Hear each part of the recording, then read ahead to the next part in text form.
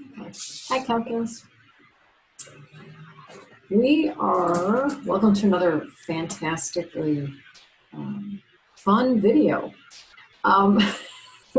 So today we're going to be talking about sections 2.4 and 2.5. Kind of going to combine them in one video, and I'm going to try to keep it short. Both ideas should be relatively, straightforward. So hopefully I can keep it to about 25 minutes. That's what I'm hoping. Because both sections are pretty straightforward. Okay, so let's start with 2.4.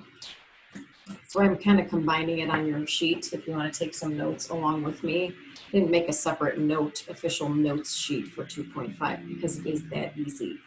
So 2.4, let's take that first. 2.4 is infinite limits, and the bulk of this note sheet had to do with 2.4, and I'm kind of mixing in 2.5. So starting with 2.4, infinite limits, you might recognize this problem actually. This problem was off of the 2.2, 2.3 notes packet when we were discussing the limit as well as continuity of a function. And this question was asking for the limit as we approach, I believe, positive 3 on that problem. And I had made a comment in the video actually about the fact that if we were to ask you about -2, it would be a different story. So here we are, back at that problem. So the first thing is, we're not using our calculators. So what I would like to do is make a rough sketch of this, actually. So this is some good review of our Algebra 2 pre-calc material. So I'm going to start this problem like I did the other one, because if I'm going to do this all by hand, I need my key features. I need my vertical, horizontal asymptotes. I would need to know if there's a hole, et cetera, et cetera. So I'm going to kind of go through this quickly. Remember, I rearranged the top and factored. And I'm going to factor the bottom. So 2, x equals 2, let me just put that out there. X equals 2 is a hole. At x equals -2, we have a vertical asymptote. I'm going to go ahead and sketch that in real quick. Okay. All right, so at -2, I have a vertical asymptote. Now, they want, or the problem wants me to evaluate the limit as we approach -2 from the right and from the left. Okay, so we haven't really done any of this yet. We're approaching a vertical asymptote. So from the right, well, I don't know what it looks like yet. So I do have to fill in a little bit of my sketch. So let's just get an idea of, from the right of -2 would be -1, right? So if I plugged in -1, I can do it into the simplified version of this. Let me rewrite that. If I plugged in -1, the bottom stays positive, the top is negative. So we're going to be at -1, I believe, if we plug in -1. So that's -1/1, yep. 1, -1. And then maybe before I even make more points, one of the key features that I skipped right over was horizontal asymptote, right? So let's talk about that. Degree of the numerator less than the denominator, whether you're looking in original form or simplified form, that rule is that the horizontal asymptote is y = 0. So if I throw that in for good measure, I actually have a good sketch just from this, knowing that this point is -1, -1, and it's not going to go beyond that vertical asymptote, and it's not going to creep up over the horizontal asymptote. I'm going to take one number less than -2, so that would be approaching from the left, and I'm pretty sure my branch is probably going to be here. So let's say I take -3. So if I took -3, -1 over -1 is +1. Well, then that makes a whole lot of sense. Finish rough sketching this, and now I can evaluate. I should probably be a little bit more curvy than that, but you get the idea. All right, so we're evaluating a limit. Well, it's not really approaching a number, is it? If we say -2 from the right side, this is from the right side, but it's not actually approaching a value. It's approaching what? As small of a number as you can get, -infinity, which I agree is not a number. It's not a number, but we can describe the limit that way. We can describe the limit that way. So as we approach -2 from the left side, where's it going? As large as you can possibly get, positive infinity. Again, not a number, but a way to describe a limit that we're allowed to do, okay? All right, so we're gonna actually come back to this idea shortly. Stay with me. So let's keep with 2, 4. It's very important to understand that because the limit as we approach -2 on f of x is equal to either -infinity or positive infinity from each side does not mean that the limit exists. It actually tells you how the limit fails to exist by denoting the unbounded behavior. Okay, so with this, I'm actually going to switch gears for about 5 minutes in the sense that since the limit fails to exist, I wanted to make sure in a video you have a recap of when limits fail to exist. We did this in class. I just want to have a recap in the video. So I'm going to take actually the second page of notes because there's some space at the bottom to do this. Okay, so I'm going to just change the page. Okay, and I want to talk about when limits fail to exist. Okay, and I've got 3 main ideas here. Let me go.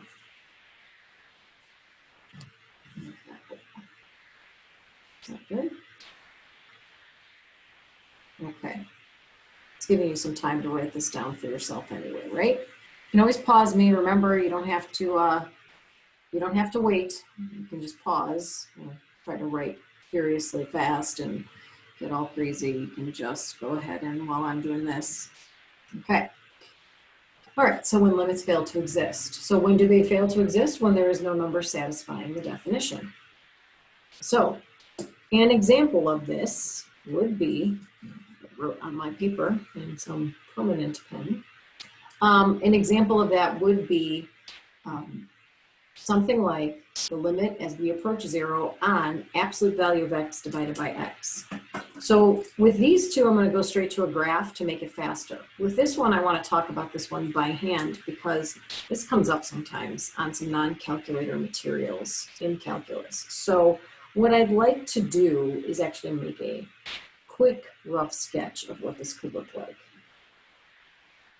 All right, so our x values. All right, you have an x in the top and the bottom. 1, you're taking the absolute value of. So as we're approaching 0, obviously we have 0 divided by 0 situation. It's indeterminate. So what we need to do then is, I'm going to just start plugging in random numbers. There's really no algebra we can do. I'm just going to use values. So let's say x is 1, positive 1. So if it's absolute value of 1, 1 divided by 1 is 1. So at 1, we're at 1. At 2, we're at 1. 2 divided by 2 is 1. At 3, we're at 1. Kind of get the idea here. Okay. Positive values, we're going to be approaching 1 on all of those. So that means the closer and closer we get to 0, but again, it's not going to be equal to 0, we're going to be getting closer and closer to a y value of 1. If we take the -1, let's say, go to the negative integers. Negative 1 becomes positive 1, but then you're divided by negative 1.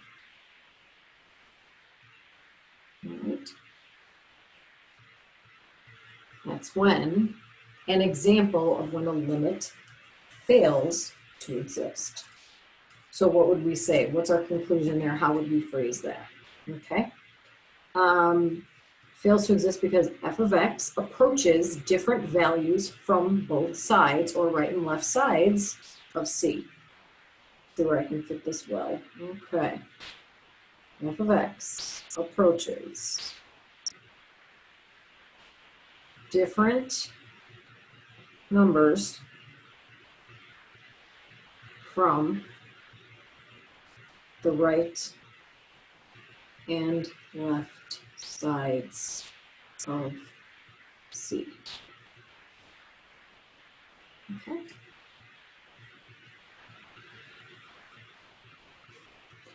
All right, second example. This I'm not going to graph by hand only because, to save time, yes, but also because you can graph this. It's something that you've learned before. So I'm going to go to my calculator. And I have it in the first, I'm going to turn it on, and I'm going to graph it. Okay. And the reason I wanted to, we'll do Zoom 6. I have it on a different window. I apologize. So we know that there's going to be a vertical asymptote at 1 already, right? And we're describing the behavior as we approach that vertical asymptote on the right and the left sides. Because remember, we're approaching 1 from right and left sides. Well, look at this graph. It's actually doing the same thing on the right or the left side of 1. They're both approaching infinity. So here's where this gets a little bit, you just have to kind of conceptualize and understand that this is how we talk in calculus. Even though we would say it equals infinity, just like the front of the notes packet says for this section, 2.4, we can describe the behavior of the limit. However, since it's not an actual number, it still fails to exist. Okay. That's probably the hardest one to wrap your mind around. So what we're going to say is f of x increases or decreases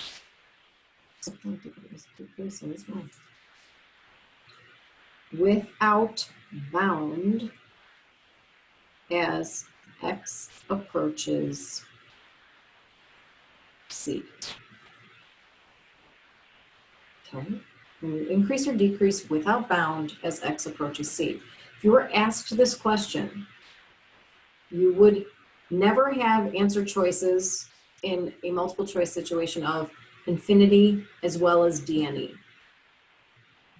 Okay, and in calculus, in AP calculus, the way they'd expect you to answer this question is to say infinity, but know that infinity is not a number.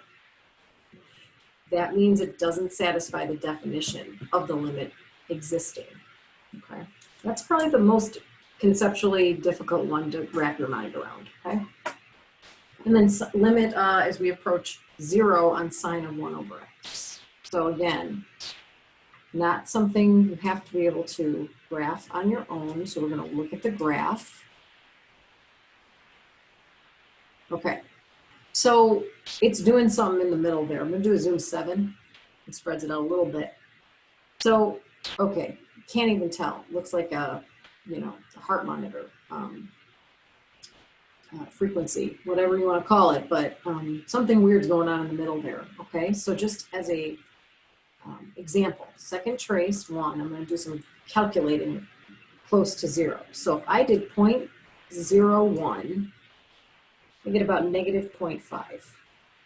If I do negative 0.01, I'm just right on the other side, positive 0.5. So let's see. 0.01, negative 0.5, negative 0.01, positive 0.5. So what's actually happening on either side is that the y values are alternating, okay?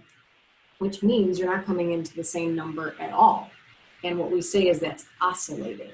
Okay, so f of x is oscillating or oscillates between two fixed values as x approaches c.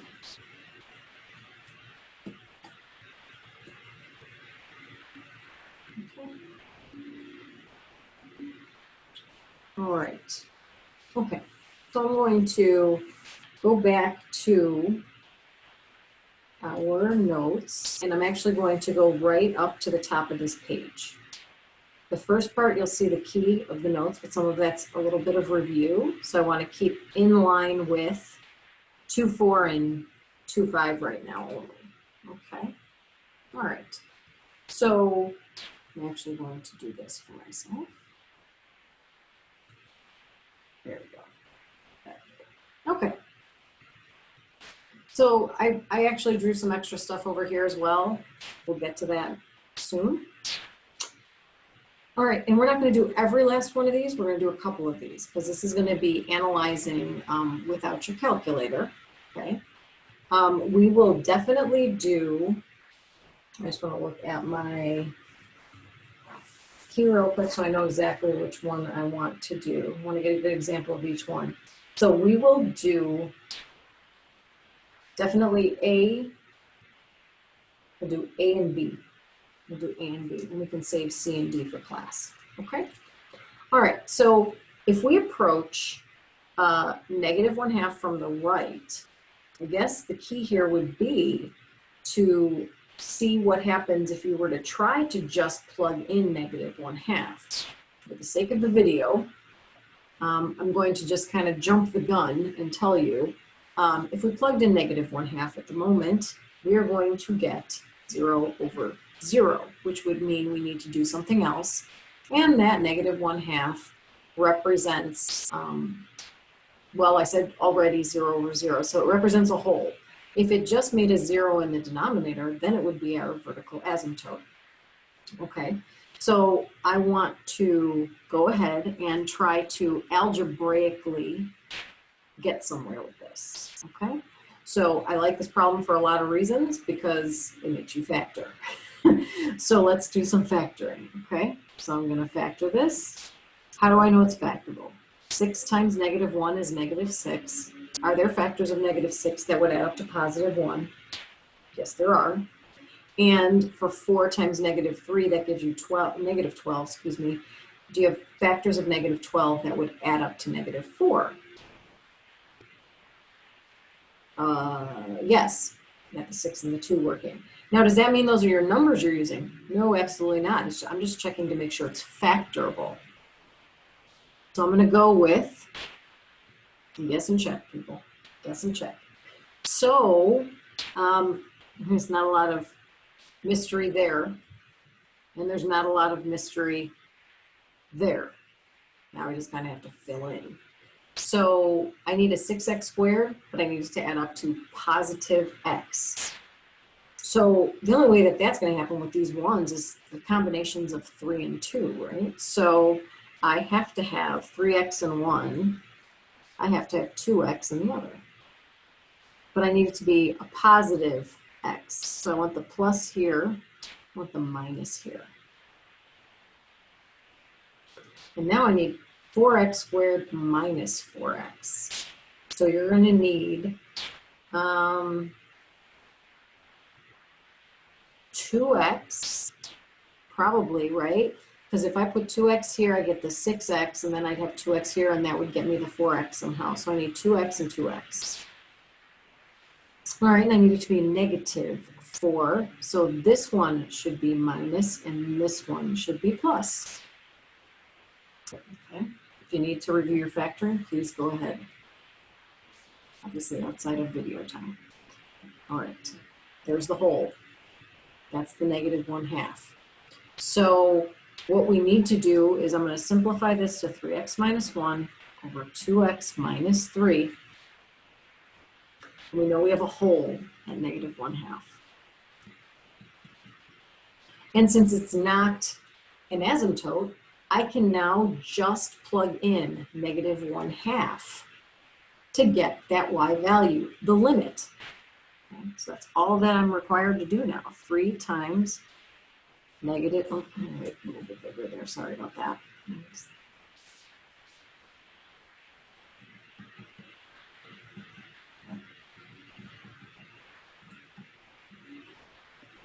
3 times -1/2 is -3/2 minus 1, so -5/2.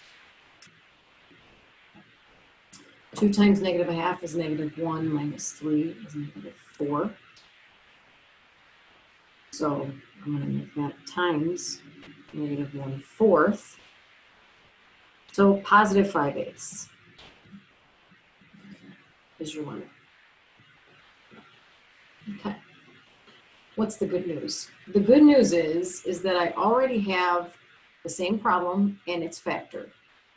When I look to see what I'm trying to evaluate at, positive 3/2 coming from the right, well, that's a vertical asymptote. When it doesn't cancel out, you still have something in the denominator, you set it equal to 0, and you have your vertical asymptote. So that means if I am now at 3x minus 1, I'm jumping right to what I need to do. My simplified form, and I need to know how we're approaching 3/2 from the right side. Well, I need numbers bigger than 3/2. 1/2, well, 2. How about 2? What happens when I plug in 2?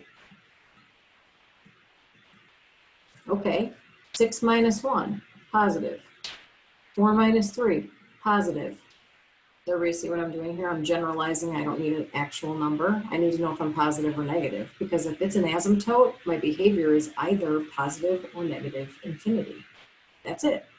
So if it makes you feel better, plug in 3. 9 minus 1, positive.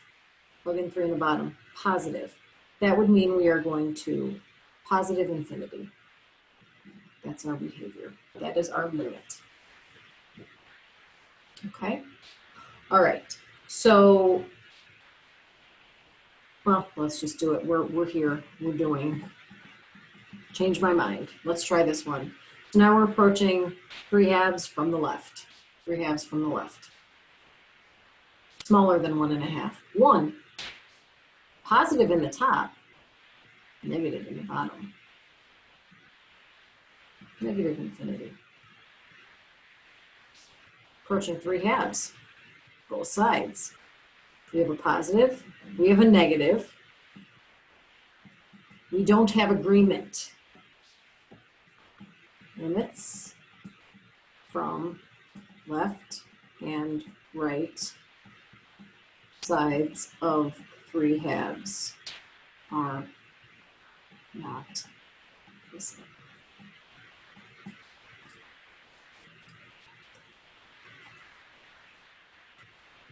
Okay, and to kind of bring us back to 2/5. This is even easier. This will be fast. Limits at infinity are just like end behavior talk, except in limit notation. Okay, so pause your recording or your video for a second, and then try to evaluate the ones in blue for yourself first. Okay, because those are just what we were going over. The ones in blue have to do with 2/4. The orange will have to do with 2/5. So if we approach 3 from the right, so this is the right side, negative infinity. If we approach 3 from the left, positive infinity. And if we approach 3 from both sides, DN. I'm not going to put an equal sign, that always makes me. And they won't take off points today. AP graders will not take off points for saying equals infinity. I know it's semantics at that point. You can't equal infinity, but they don't take off points for it. I just feel a little awkward. They probably wouldn't take off points for equals DNE either, but it's just weird to write that. Okay, limit of f of x as we approach. Oh, look at this. Infinity. Okay, a little different. What does x approaching infinity mean? It means all the way to the right. Okay, all the way to the right. Look where that arrow's going. But the arrow is not going above what value? You said 0 to yourself. You are absolutely correct. And if we look at x going to negative infinity, look where that arrow is going. It is not going down or below 0. It's that horizontal asymptote idea. This is all tied in with end behavior and horizontal asymptotes. That's all section 2.5 is. Transferring your end behavior notation into limit notation for limits at infinity. That is it. Okay. All right. So let's whip through these and we'll be done. Okay. So limit of f of x as x approaches negative 2 from the right. Here's my negative 2. It's an asymptote. From the right, I'm going to positive infinity. And if I approach negative 2 from the left, I go to negative infinity.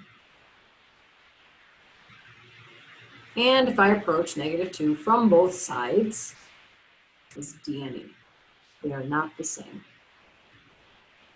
Okay. All right. Talk about the limit as x approaches infinity. So as we approach infinity, so x is going all the way to the right, all the way to the right. Well, that's my y value right there. It's not going below that, but it's approaching 2 as a y value. And as we approach negative infinity, again, there's the arrow, but it's not going to go above that positive 2.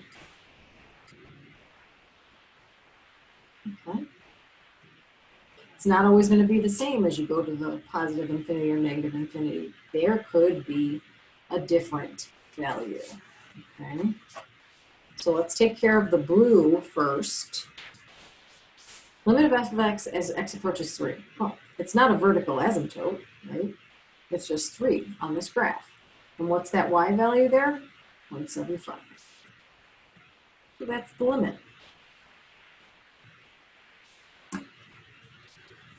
Now, limit as we approach positive infinity.